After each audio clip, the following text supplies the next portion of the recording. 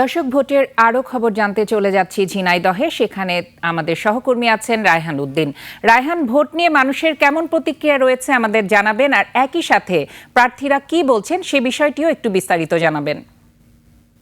জি আখি, আজকে ছিল প্রতীক বরাদ্দের শেষ দিন। তো আজকের এই শেষ দিনে ঝিনাইদহ জেলায় যে 4টি সংসদীয় আসন রয়েছে, এই আসনের যে 21 জন প্রার্থী তারা আছেন, তারা সবাই কিন্তু উপস্থিত ছিলেন।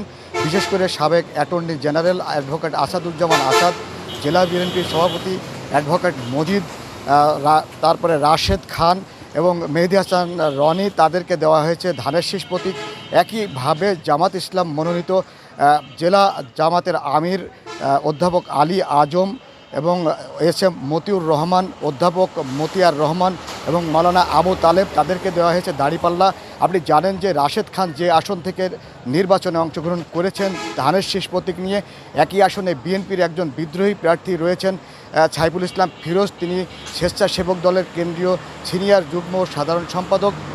তাকে কিন্তু রুহুল কবির রিজভী স্বাক্ষরিত একটা বিজ্ঞপ্তির মাধ্যমে তাকে কিন্তু দল থেকে বহিষ্কার করা হয়েছে। তিনি পেয়েছেন কাপ্রিস প্রতীক। তিনিও কিন্তু বলেছেন যে নির্বাচনের ব্যাপারে তারও একটা ভালো ভোট ব্যাংক রয়েছেন।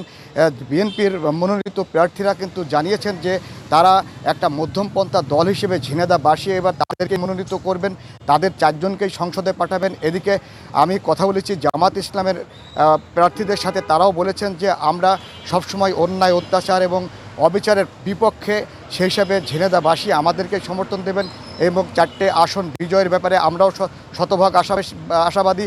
তো সকল প্রার্থীদেরকে ডেকে আজকে ঝিনাইদহ জেলা রিটার্নিং অফিসার এবং জেলা প্রশাসক আব্দুল্লাল মাসুদ ব্রিফ করেছেন। তিনি তাদেরকে নির্বাচনী আচরণ বলেছেন এবং তিনি তাদেরকে আশ্বস্ত করেছেন যে নির্বাচনী বিষয়ে কোনো প্রকার কোনো আশঙ্কা আতঙ্ক থাকবে না, সব ধরনের সুন্দর ব্যবস্থা থাকবে।